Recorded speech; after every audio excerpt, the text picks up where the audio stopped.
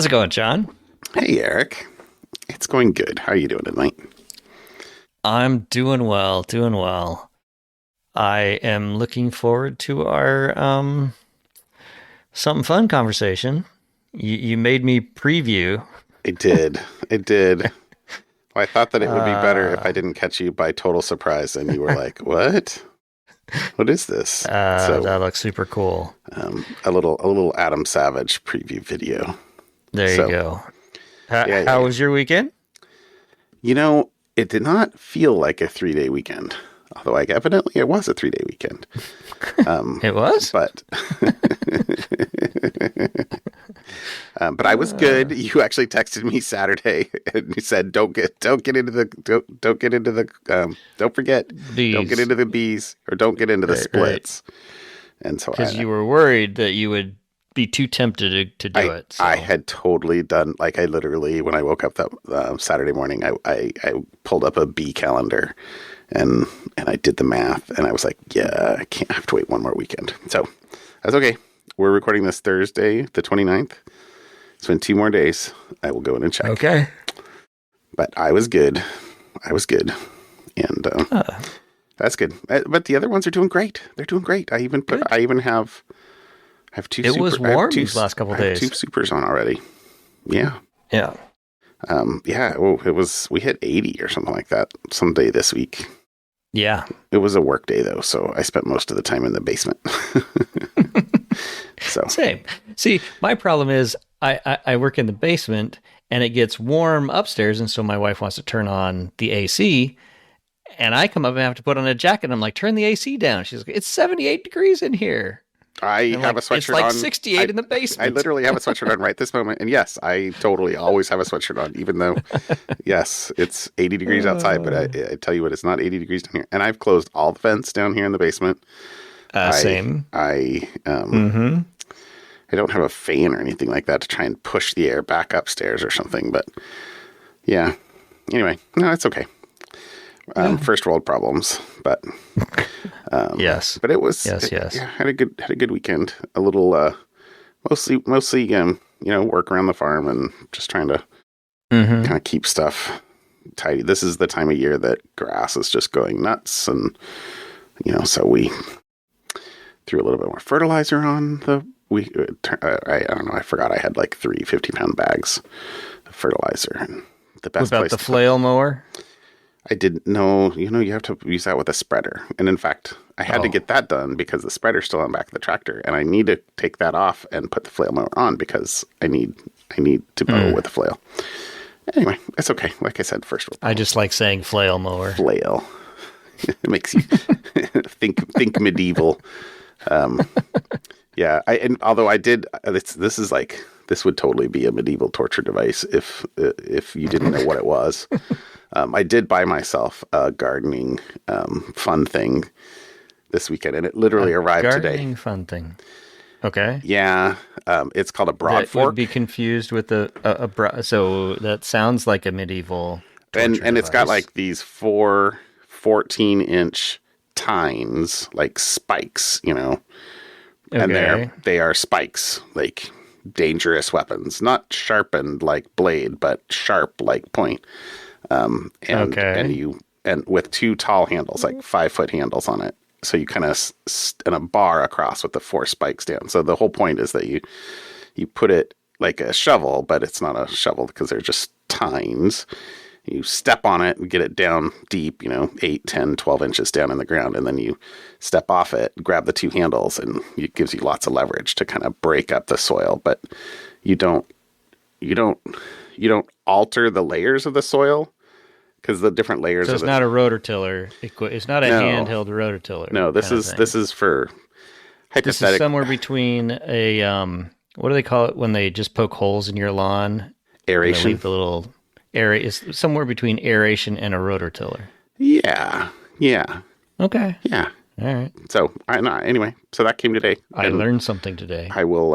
I will be getting my exercise in this weekend. So okay. Anyway, all right. That'll be fun. Okay. That'll be fun. Cool. Yeah. How about you? How was your weekend? Let's talk toilet seats.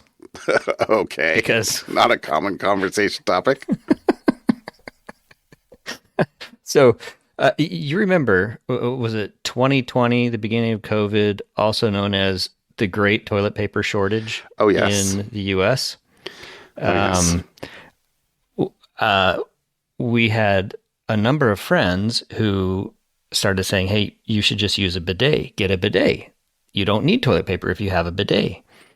And I have traveled to Europe and Asia, and I have seen them. I understand the concept, but I was, it just seemed I weird, remain right? skeptical. This may be a good conversation to have then. So I am skeptical about that too. I am now skeptical squared. Okay. So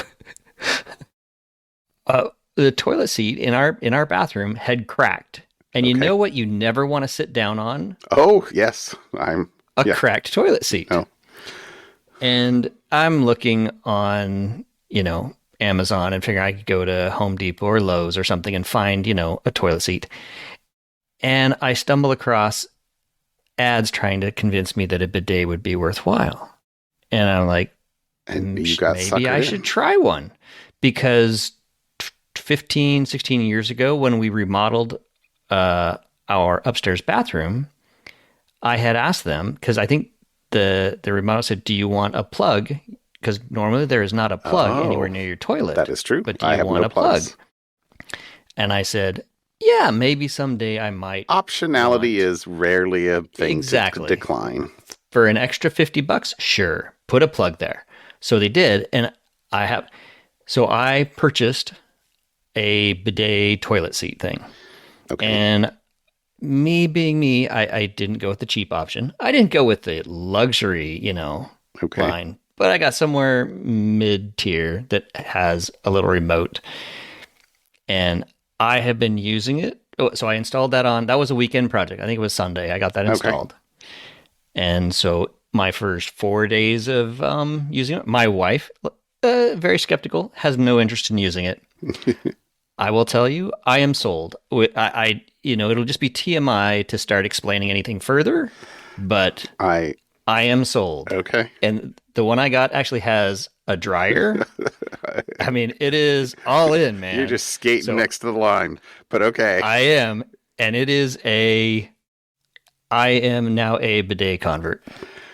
Okay. So there you go. That was my weekend on the edge of, toilet talk here on Mostly Security. But okay. I am a convert. There you go. We can move on now. The closest I come is the soft close, so that you don't slam. And that was because we have boys in the house. Soft close seat. Yeah. Exactly. Yeah. So, exactly. Those were the lifesavers. Yeah, I will tell you. So anyways. I had one sort of not really funny because it was really frustrating thing that I had to do this weekend, which was I was at the grocery store and my wife called me and she's like, "Hey, I'm in the trailer, and the vent over the bed is gone, gone. Yeah. AKA, if it rains, it's literally raining into the trailer. It's going to get wet. And she's like, it doesn't look like the bed is too bad. I don't know how and why it happened. Right. But, I mean, clearly we have to clean out the whole thing. But anyway, she's like, this needs to be fixed today. Clearly. I'm like, okay. So I go home from the store and while I was there, I actually Googled the local Camping World and, they're open because this was Monday. This was a holiday. And so I was like, are they going to be open? Yes, they were open. They were open till 8. And so I drive home, get out the ladder, put it up, hop up onto the trailer, look at it, go, okay, take some measurements, take some pictures of the measuring tape because I wasn't sure how standard they were or anything like that. So I did I took the dimensions and I took a couple photos of it, and then I hop in the car and I drive back down to Camping World and I'm like, hey, I need. Oh no! The other bad thing about this is I look while I'm up on the roof of the trailer. I look over at the horse trailer, which we haven't used in a while. Actually, some friends borrowed it the last time it was used. And its vent is also gone. I'm like, what in the heck? Like, so I actually go down to the Camping World, and I'm like, I need two vent lids. And he looks at me and he's like, okay, what kind of hinge do they have? I'm like, well, what do you mean? And so I have pictures. Well, so he does a Vanna White to this little display behind the counter that has like 4 or 5 hinges on it. And he's like, I just need to know which hinge type your trailer has to know which lid to give you. And I'm like, and I did. I said, well, I have no idea, but I have pictures. Reader, none of the pictures showed the hinge with any clarity enough to be able to make a decision. Now, had I been a gambling man, I should have said, what's the most common hinge? Well, I did say this is the brand of the trailer, and does that? And he's like, that doesn't help. So I walked out of the camping world empty-handed, drove back home, drove back home, hopped back up on the ladder, took a picture of both missing hinges. And or the hinge side of both photos. That was the problem. I had photos from the other side of the lids or vents, and so took a couple photos. Literally, I think I was out of the car for like 5 minutes because I had left the ladder there. So so hopped back in the car, back to Camping World. I'm like, hey, this is what it looks like. Looks like it's that hinge there, like the third one down. He's like, okay, got it.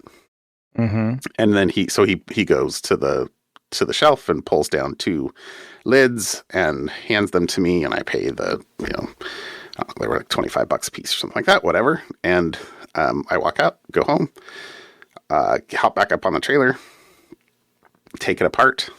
I mean, the hinge is like, or the not fiberglass, plastic, whatever, is just shattered.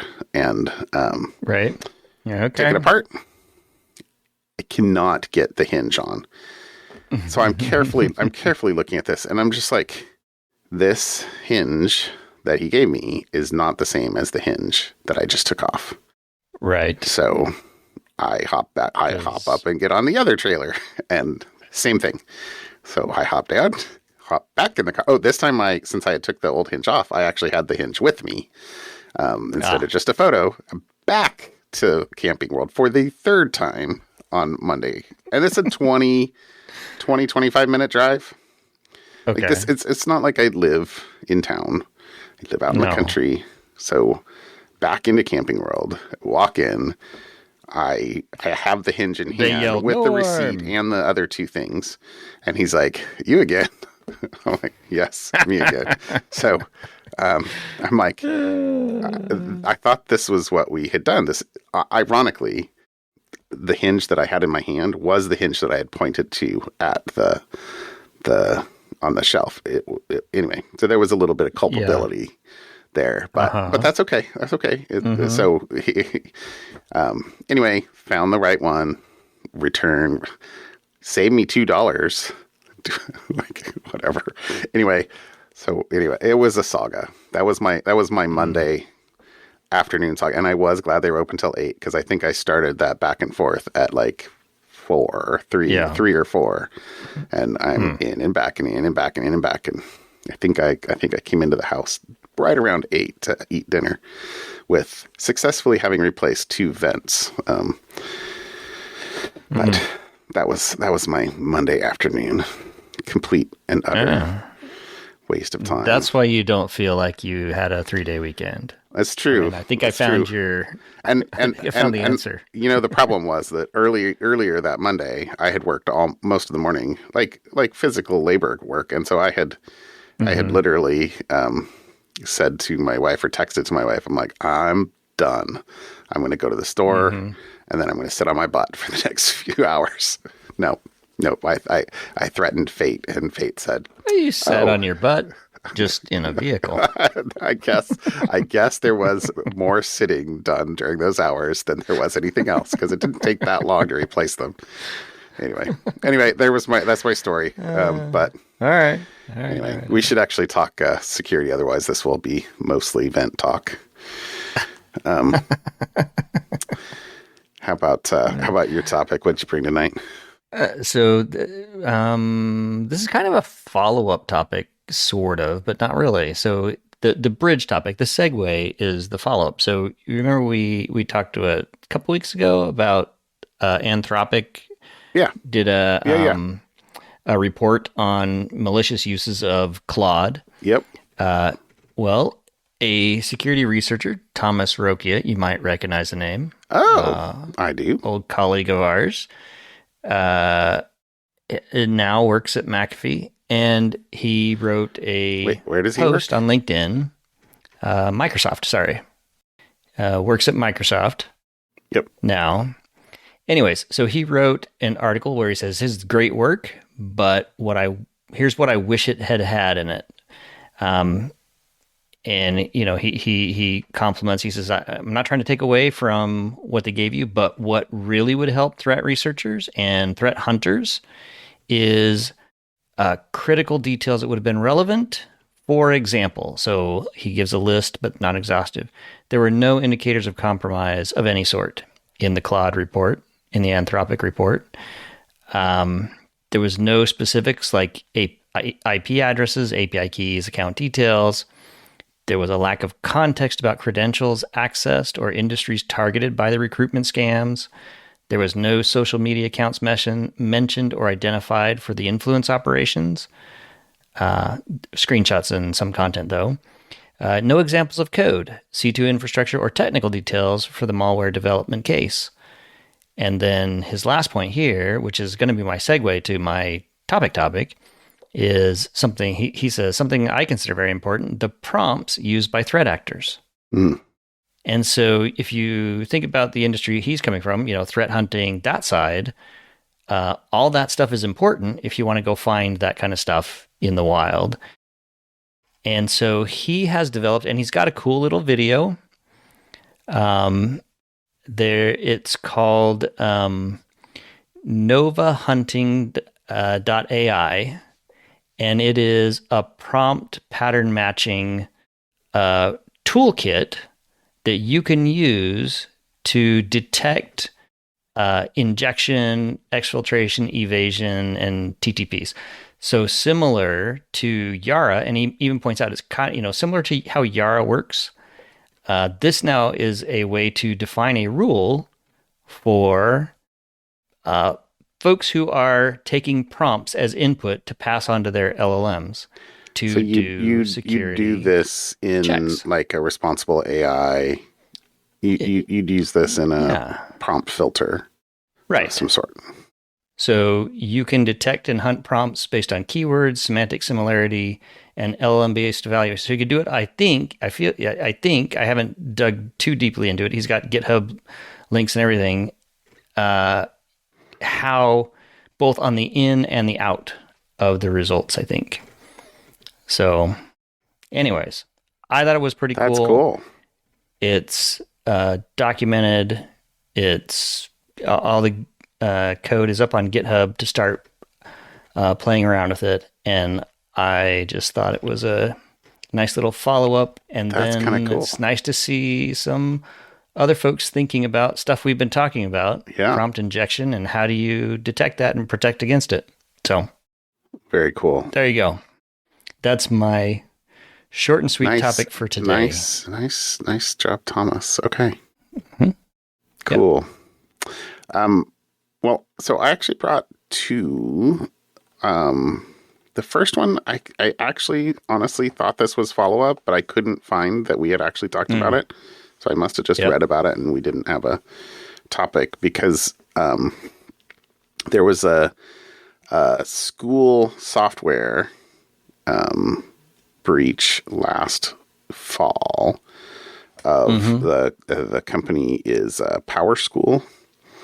Right. And so evidently they've got a Massachusetts student, a 19-year-old, who has now pled guilty or agreed to plead guilty to federal charges related to hacking and extorting one of the largest U.S. education tech companies.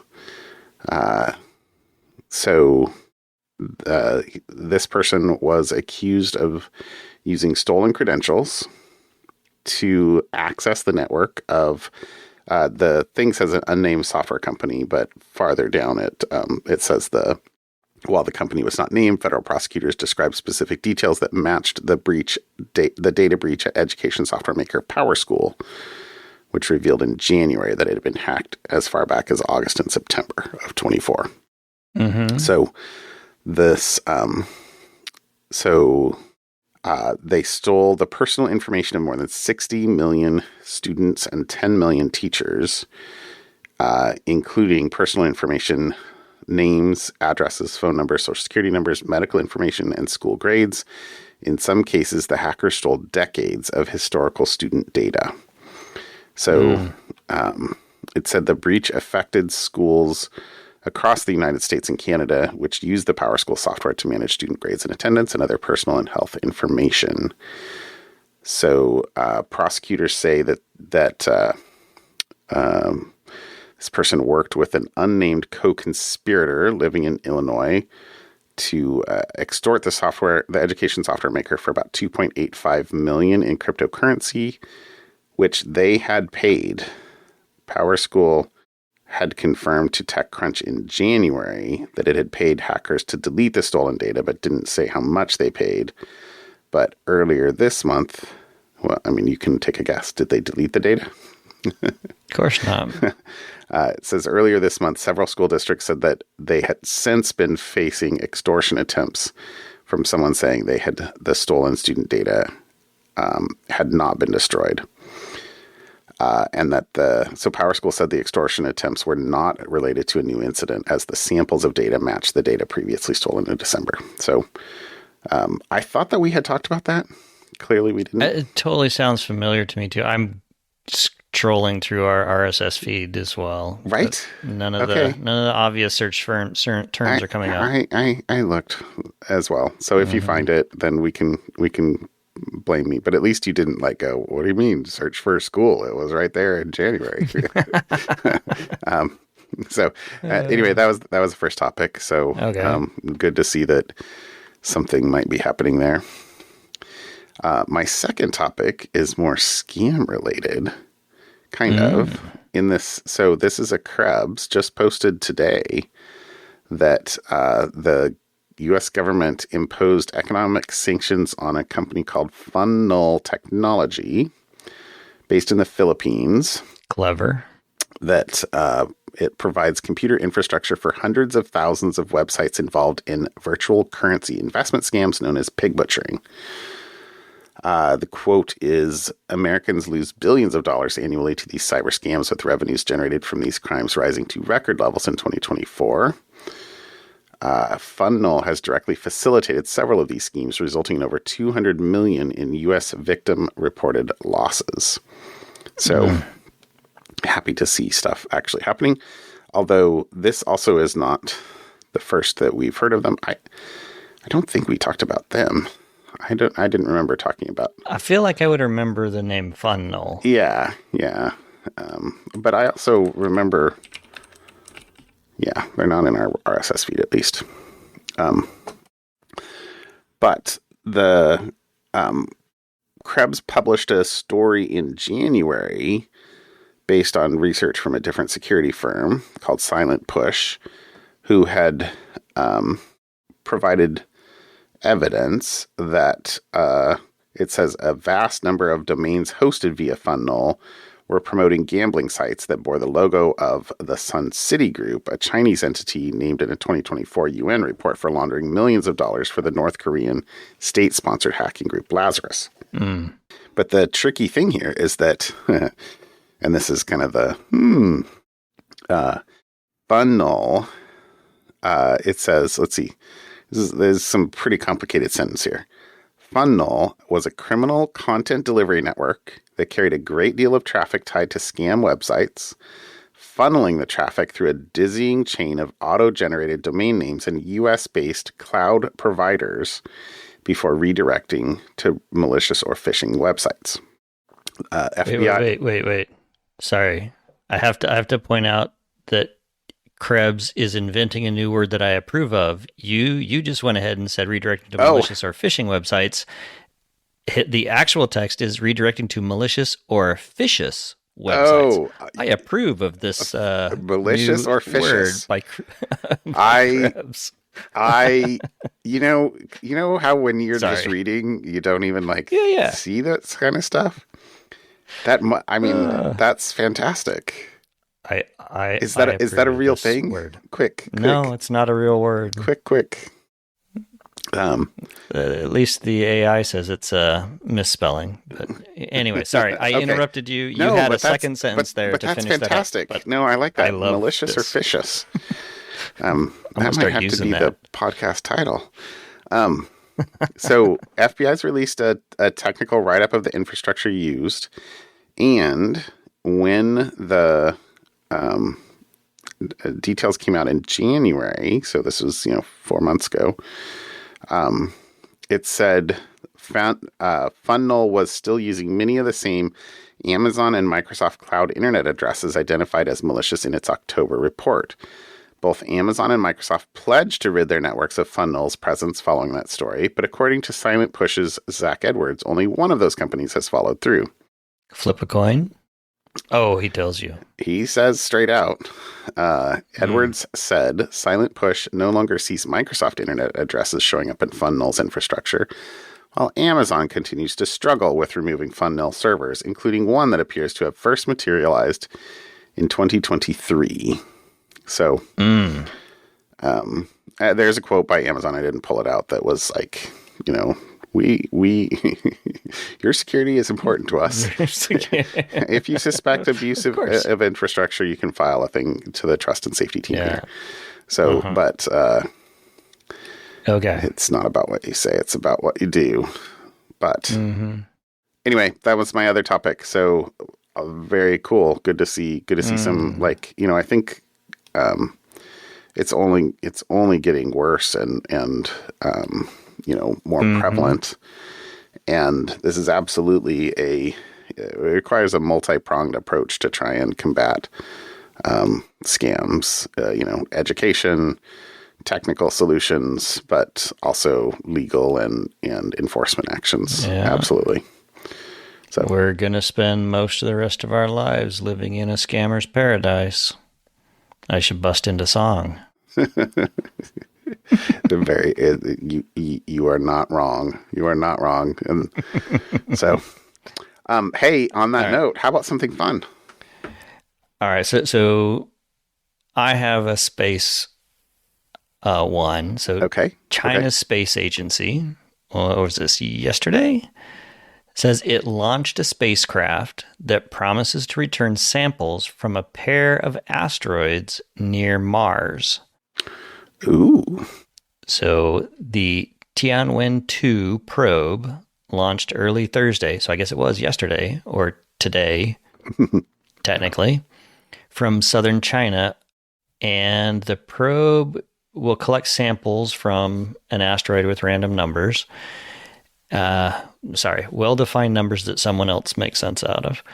And it'll explore the main belt comet 311P, which lies even further from Earth than Mars. Anyways, so they're going to go out there, kind of like how the U.S. and NASA, we went and, got stuff off that asteroid. Well, they're going to do the same thing now. It'll be about 2 years from now. So 2 years from now, we'll have another follow-up fun. That's awesome. But one of the things I guess two things I was not aware of. China, I think we had actually talked about where China had returned rock samples from the far side of the moon. However, there's a sentence in here, any cooperation with the U.S. hinges on removing an American law banning direct bilateral cooperation with NASA. So legally, NASA is not allowed to cooperate with China. I didn't know that. And the other thing I didn't know, I'm wondering if I'm reading this wrong, but China also operates a 3-person crewed Tiangong or Heavenly Place space station. Heavenly Palace, thank you. Yep. Tiangong is Heavenly Palace. space station, making the country a major player in a new era of space exploration and the use of permanent stations to conduct experiments in space, especially since the station was entirely Chinese built after the country was excluded from the International Space Station over U.S. national security concerns. I was unaware that China was not part of the International Space Station. I guess I just never thought about it.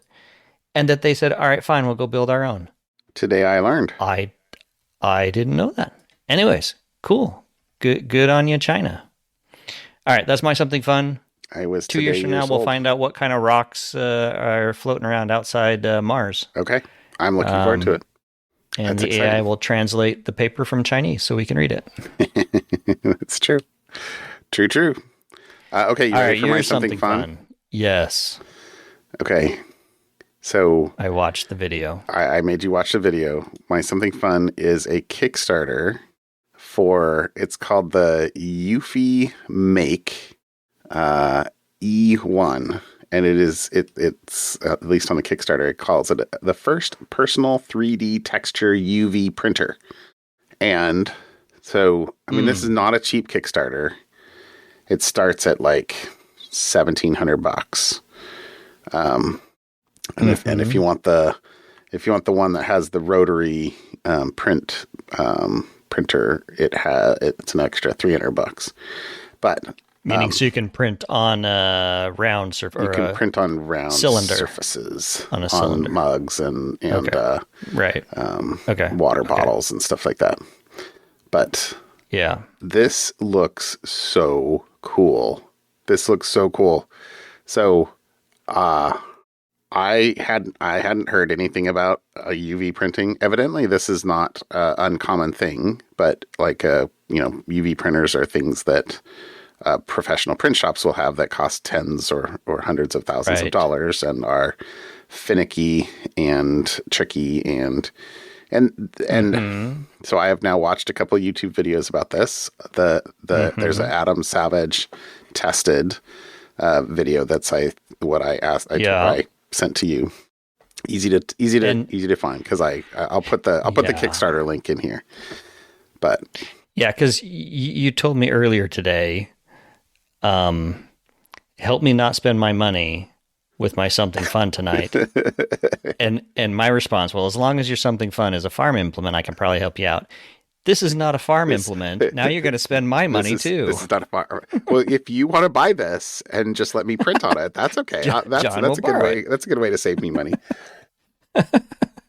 But just watching the video and looking at this is so cool. This is so cool. It's $1,700. It's really expensive. Yeah.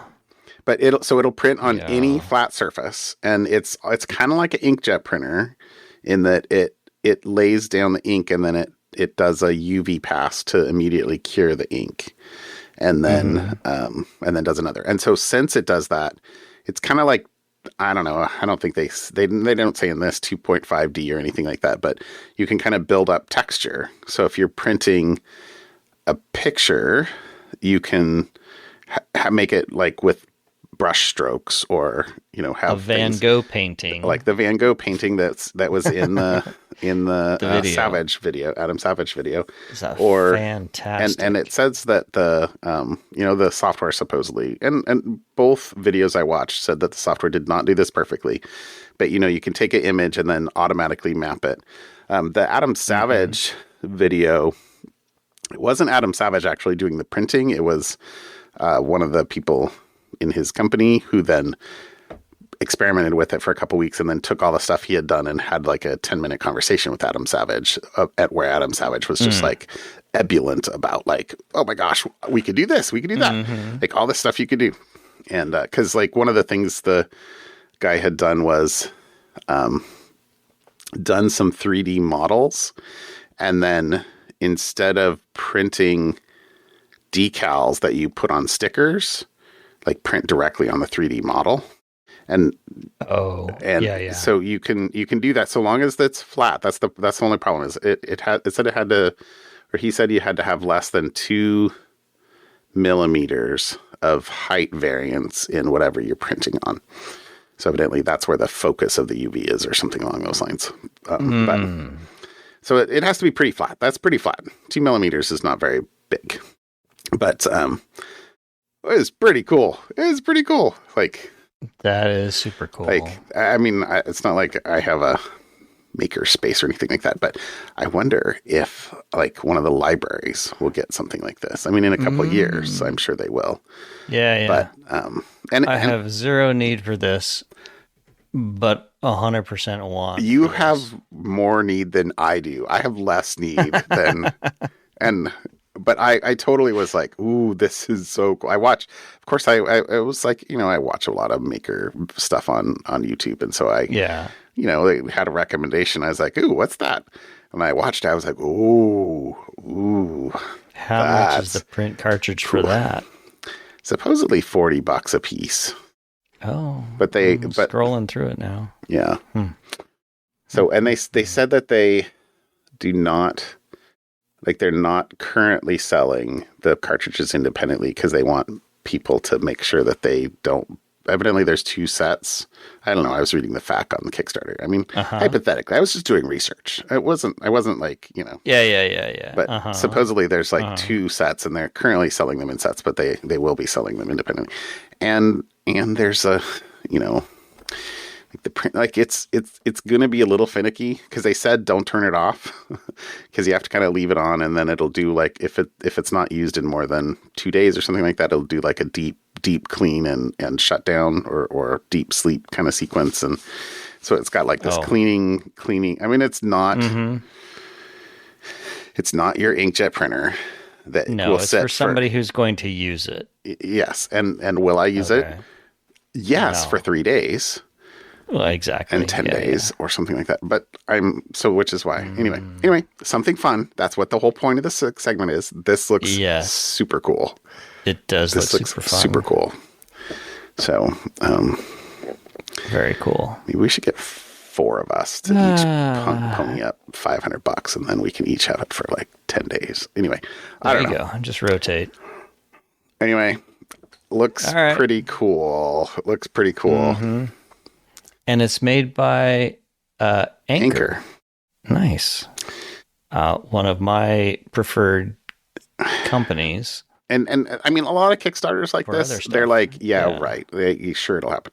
But I mean, they say that it's going to be shipping in July. And there are videos of trusted people on YouTube showing it. Oh, they got good YouTube placement for sure. But I mean, like printing on the back of like phone cases. Yeah. Well, they got 28 million, almost 29 million in pledges so far. So, right. And it's made it right up in Seattle. Oh, I didn't catch that. Okay. This is super cool. Anyway, there's my something fun. Very cool. There's my something fun. Trying to spend my money. It's pretty awesome. You've not talked me down from the cliff, by the way. You're not helping. Anyway. Well, I'm in the same boat as you. If you get one, I will come borrow it. Exactly right. All right, my friend. Have a great night. Have a good one, John. I'll talk to you later. Bye. Bye.